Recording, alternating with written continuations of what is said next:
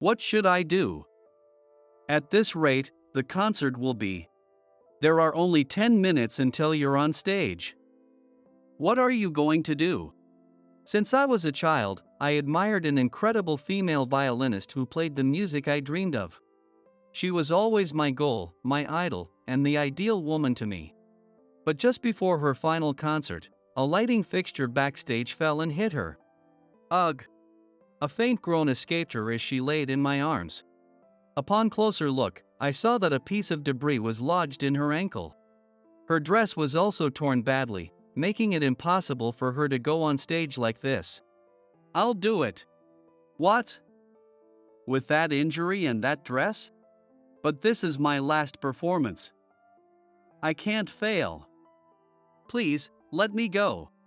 But with that foot, you won't be able to stand for long.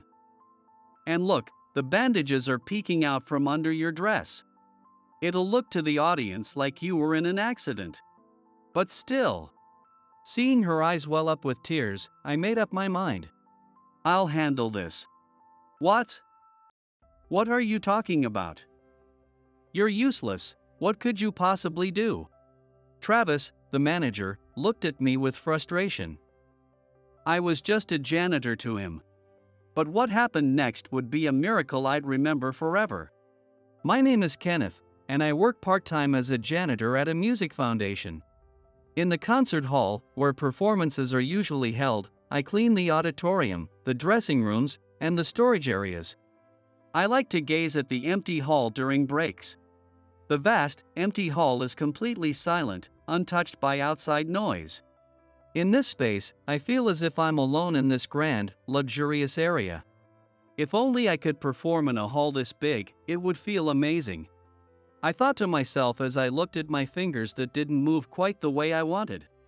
I'm going to become the best violinist in the world and perform for a huge audience someday. Wow, that's amazing. When you do. Of course. Let's play together on the biggest stage in the world, okay? Yeah. Two young kids, full of dreams and hope, held hands and laughed together. That dazzling memory floated into my mind and then faded away. Hey, Kenneth. What are you doing? Still slacking off here? A loud voice jolted me back to reality. The man calling me was Travis, the orchestra manager, who for some reason always seemed to have it out for me. You haven't even finished cleaning the loading dock. Stop wasting time and get moving. Useless people are such a hassle. Seriously. Can't rely on you for anything. Originally, I had been hired as a temp worker for this orchestra. At first, they said I'd start with simple office tasks and, eventually, work as a music librarian, managing scores. But somehow, this man targeted me and stuck me with janitorial work. Did you hear me? Forget the hall, it's the storage room you need to clean. And move the boxes from yesterday further back. Even an idiot can handle that, right? Yes. I understand. As I was about to leave the hall with my cleaning supplies, a woman passed by. This was Sabrina, the granddaughter of the foundation's director and, incidentally, my childhood friend. Kenneth? What are you doing here? She tilted her head, looking puzzled at me with my cleaning supplies. Just then, Travis came rushing over. Well. Sabrina, welcome. What brings you here today? Oh, I came to discuss the charity concert next week. Travis, why is Kenneth carrying cleaning supplies? Oh, he's a total novice who recently joined us. He knows nothing about music. You see, if you work in the orchestra, you need at least some basic knowledge, but he's just completely clueless. Honestly, he's more of a burden. I thought he could at least handle cleaning, but his slacking off has been quite an issue. As Travis told this to Sabrina, her gaze hardened, and she raised her voice in protest. Excuse me, but do you even know who you're talking about? This person. Sabrina. It's okay. But it's fine. It's true I don't know much, And if I think of it as learning from cleaning, there's no need to be upset. When I stopped her, Travis glared at me with a look that said, "What's a useless guy like you talking so big?" But he quickly changed his expression and started flattering her. "Sabrina, you're as beautiful as ever. Just having you here brightens up the place. Next week's concert is bound to be a huge success just because you're performing. Now, why don't you leave this guy and join me for some tea?" Sabrina was speechless. She looked like she still wanted to say something to him, but perhaps deciding to get on with her plans. She gave me a regretful glance before leaving. Later that day, while I was working in the storage room, she came to see me again. "Kenneth, I'm so sorry. I didn't introduce you here so you'd end up with this kind of work. Should I talk to Travis for you?" Looking apologetic, she offered, but I told her it was okay as it was. For now, I'm fine just doing cleaning. Besides, I've hardly ever done a part-time job before, so it's not entirely wrong to say I'm still useless. I'll just keep working hard to be helpful to everyone. Honestly, Kenneth, you really are too humble. She sighed softly, smiling as she spoke. You know, for this charity concert, I'll be performing a solo. But I've decided it'll be my last. What? Why? You've worked so hard since you were young, aiming to become a professional violinist. I remembered how, during competitions and university exams, she practiced her violin tirelessly, even sacrificing sleep. Once, when she developed tendinitis from over-practicing, she went so far as to get pain-relieving injections just to compete. I had always thought she'd go on to become a professional. Why would she suddenly? When I looked at her in shock, she gave me a sad smile. Kenneth, deep down, you know how I feel, right? I'm just tired. Then take a break. If you do, I'm sure you'll want to play the violin again, just like before. Her violin playing was truly exceptional, without any exaggeration. She'd even received invitations from music groups overseas. She had a dedicated fan base, released solo concerts, and even CDs of original pieces. She was essentially already a professional, so it was baffling to think she'd give up her dream. I heard your recent solo concert was sold out, right? Well, that's how it looks. But did you know more than half of the audience was family and people connected to my grandfather's company? What? Really? Yes. You can see people's faces clearly from the stage, you know? At first, I was thrilled, thinking so many people had come to hear me play. But when I looked more closely, it was mostly familiar faces, and it just disappointed me. I'm sure Grandpa handed out tickets to boast about his granddaughter. If someone high up in the foundation hands you a ticket, you can't really refuse, even if you don't care about the performance. Sabrina's tone sounded resigned. I worked so hard, thinking I'd earned those awards and people's recognition. But that's not how the world sees it. To them, I'm just a rich foundation's granddaughter who got her awards through money and connections. They think I play the violin like it's some luxury accessory. Sure, being able to afford a multi-million-dollar violin is thanks to money. But no one sees my actual skill. Lately, playing the violin just doesn't feel fulfilling anymore. I could feel her pain all too well. The people around her might not mean anything by it, just casually gossiping for entertainment. But each of those words, sharpened with clear malice, deeply wounded her. Just ignore the rumors. Don't let a small group's opinion get to you. Focus on your true fans. People could say comforting things like that so easily. But there are very few people who can truly let things go so simply.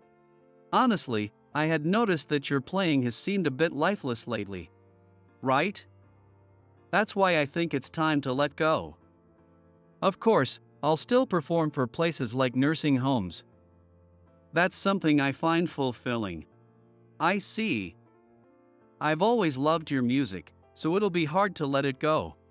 Thank you. Promise me you'll be at the last concert, Kenneth? Yeah, I'll be there for sure. On the day of Sabrina's last concert, I had taken the day off. I wanted to fully take in her last performance as her fan. Just as I had resolved to do that, I got a phone call. Travis was calling, saying I needed to come in because someone else couldn't make it. Are you serious? Of all days, it had to be today.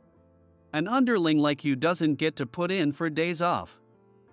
Hey, didn't I tell you to make sure the stage area's trash was cleaned up? What? I already took care of the trash backstage. What?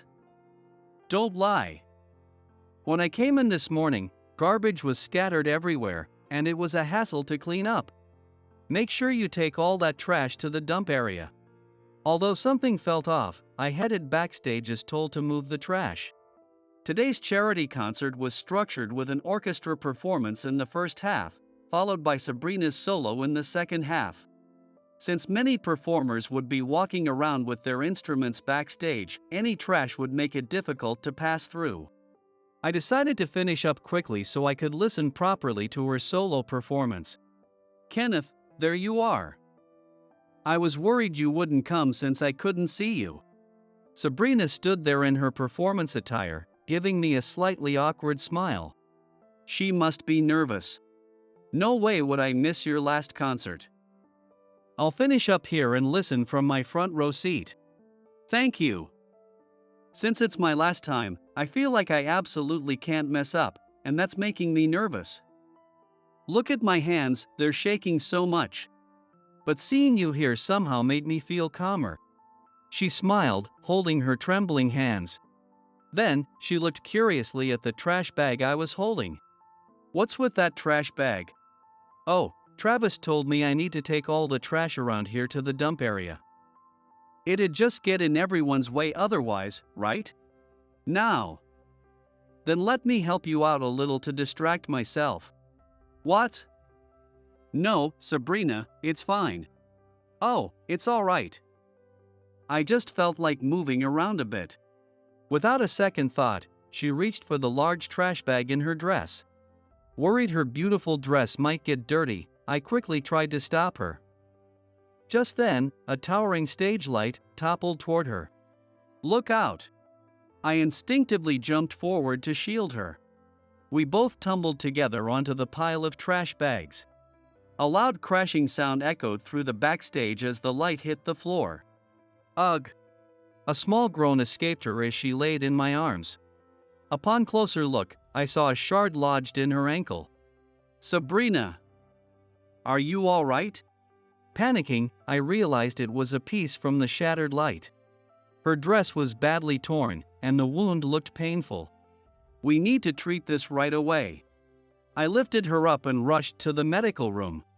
Fortunately, the glass was quickly removed, and the injury wasn't too deep. But with her injured foot and the torn dress, she wouldn't be able to go on stage like this. It would take at least an hour to dress the wound and find a replacement dress. What should we do? At this rate, the concert. Just then, Travis arrived, looking for her. He glanced at me with a slightly puzzled expression, then looked down at Sabrina's injured foot, his eyes widening in shock. Sabrina, what happened to your foot and dress? Well, a stage light fell, and I got hurt. It's not as bad as it looks, but my dress is completely ruined. What are we going to do? There are only 10 minutes left until your performance. For a moment, Sabrina looked like she was about to cry, but then she quickly steeled herself, her expression determined. I'll do it. What? With that injury and dress? This is my last performance. I can't fail. Please, let me go. But with that foot, you won't be able to stand for long. And look, the bandages are peeking out from your dress. It'll make it obvious you had an accident to the audience. But still. Surely, if she went on stage like this, the audience would be too distracted by her injury to appreciate her music. Seeing her large eyes fill with tears, I made a decision. How much time do you need me to buy? Huh? No, I mean, how much time do you need me to buy? I'll handle it. What are you talking about? I'll buy time. I'll do whatever it takes until they get a chair to support her leg and a new dress prepared. Kenneth. She knew my background well. But even so, she chose to place her trust in me. Travis, just for a little while, an hour would be enough. Could you let him take the stage for me? Him, this guy? Impossible. If we put someone like him on stage, it'll ruin the entire charity concert. It's all right. I vouch for his talent. Please, let him do it. What? No matter how much you ask, Sabrina, I'm in charge here. Putting an incompetent like him on stage is beyond reckless. Facing Travis's stubborn refusal, I spoke up. If I fail, I'll take full responsibility. You can fire me, do whatever you want. But please, this is her final performance. Just let me do this. I'm asking too. Travis glared at me and spat out his words. Fine, if you think you can, then go ahead. But you'll take all the blame. This'll be the last time I have to see your face. Serves you right. With a parting shot, sounding like sour grapes, he left the room. Well, Sabrina, I'm going now. Don't give up, let's both do our best to the end. Yes, I won't give up. Kenneth, good luck. Yeah, I'm off. With a reassuring nod to her worried smile, I walked toward the stage. From the stage, I could hear lively cheers. As the powerful orchestra continued its performance, the atmosphere in the hall grew excited, and just as the audience anticipated Sabrina's entrance, a man in everyday clothes, someone they'd never seen before, appeared on stage. Wait, where's Sabrina? Who's that guy? Did the program change? Get the beautiful violinist out here already. With murmurs from the crowd, I gave a slight bow and took my place in front of the grand piano, its sleek black surface gleaming. My heart pounded in my chest. It had been a long time since I'd felt the touch of the keys. Calm down. I'm fine, this is all for Sabrina. Come on, fingers, move. I closed my eyes, took a deep breath, and pictured her smile. In the next moment, my tense fingers loosened, moving freely. Starting slowly, but with steady rhythm, I began to play. After that, my fingers remembered everything. Without even thinking, each melody flowed smoothly from my fingertips. I played a familiar song by a British rock band, arranging it with a pop touch yet keeping it rich and full. In the audience, I spotted some familiar children's faces. I decided to play a popular anime song that kids would love. Then, delighted voices of wow rose from the audience. As I continued to play familiar melodies with a lively beat, I could tell the people who'd been grumbling earlier were now captivated by the piano. When I transitioned to classical music, my specialty, I heard more murmurs of appreciation from the audience. Wait, isn't that Kenneth?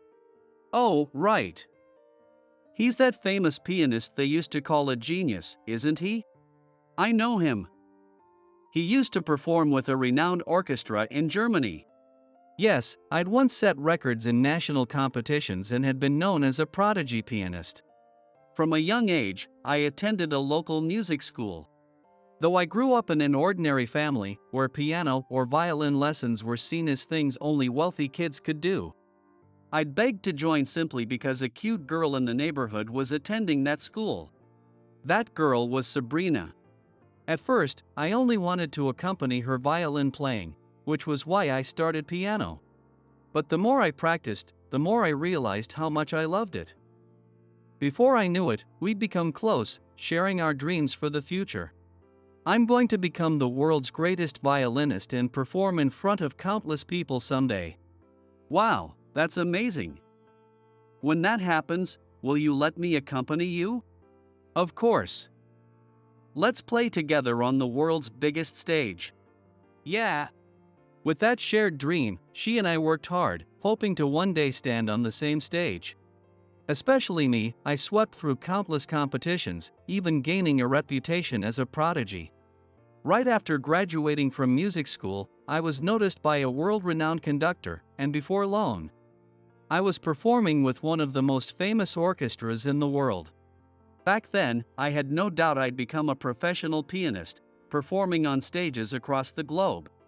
But I was just a big fish in a small pond. No matter how much praise I received in my country, the world stage was a different beast. I was stunned by the obvious skill gap between myself and the other musicians in the orchestra. The harder I tried to play well, the more my frustration seeped into my music, and I ended up floundering.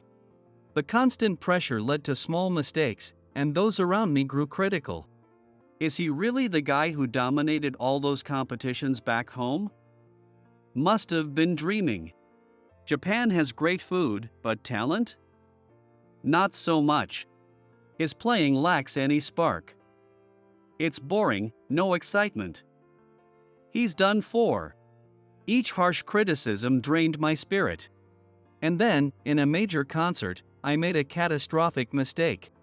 The contemptuous gazes directed at me from all around. The disappointed voices of people I once trusted. Those memories haunted me night after night, until I couldn't even bring myself to touch the keys, let alone stand on a stage. A diagnosis from counseling, PTSD, coupled with anxiety-induced hyperventilation. They told me my future as a musician was all but lost. I abandoned my work overseas, returned to Japan, and confined myself at home. A world without music, plunged in darkness. I couldn't bring myself to do anything, even eating was difficult. Honestly, I think I was in a pretty dangerous state. But in my darkest hour, Sabrina reached out to me.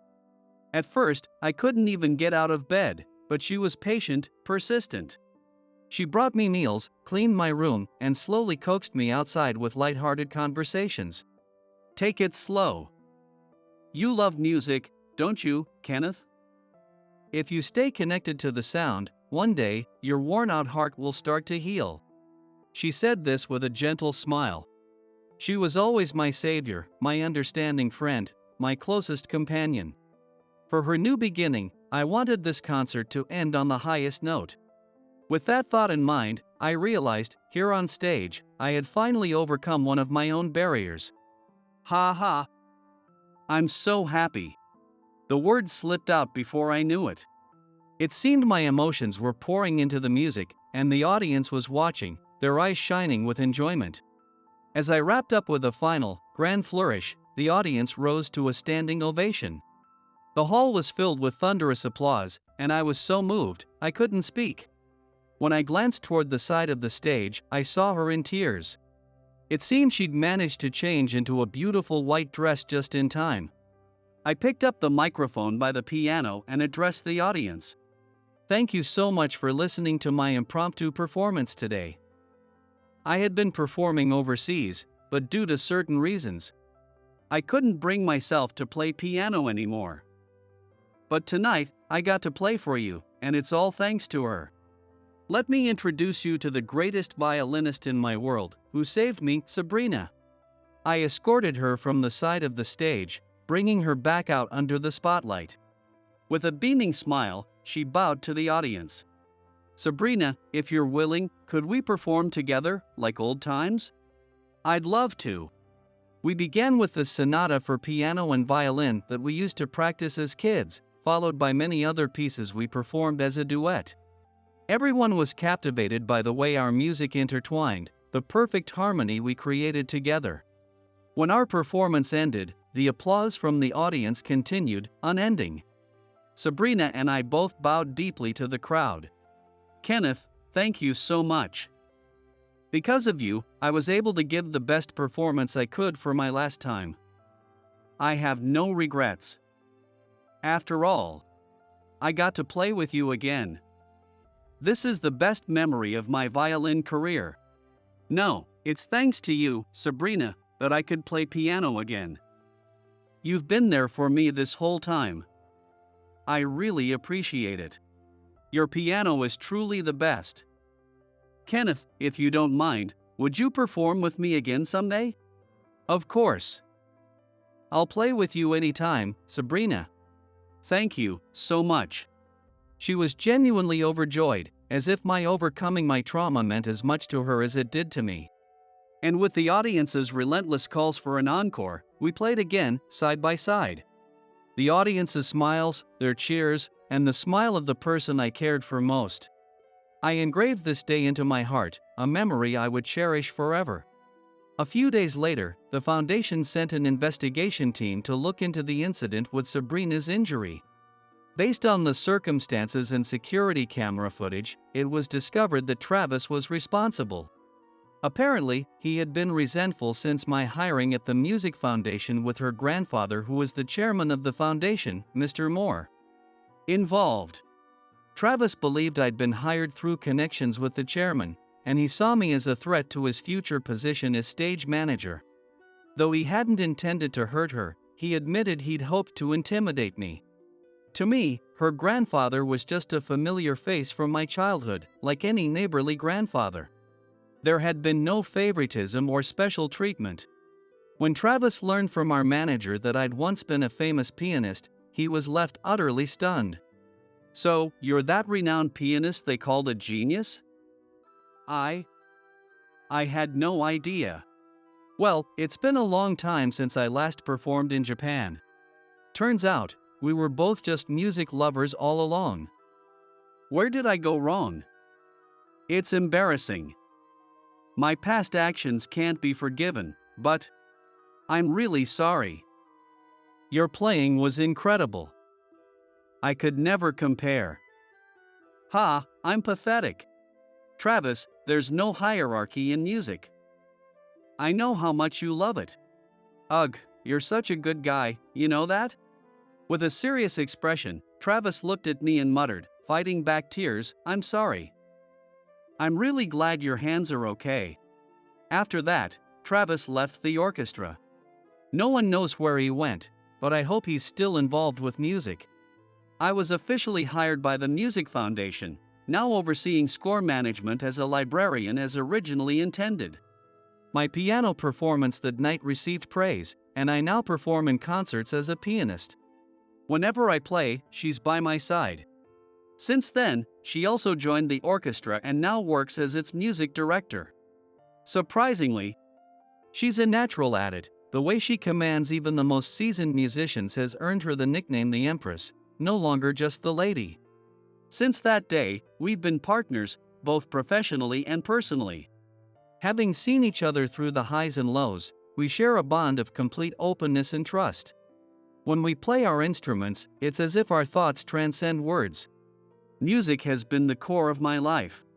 It brought me to her, gave me fame, and took me to rock bottom. But music also saved me. I'm sure that from here on, I'll keep playing the music I love, with the person who means the most to me. Through good times and hard times, music will always be there.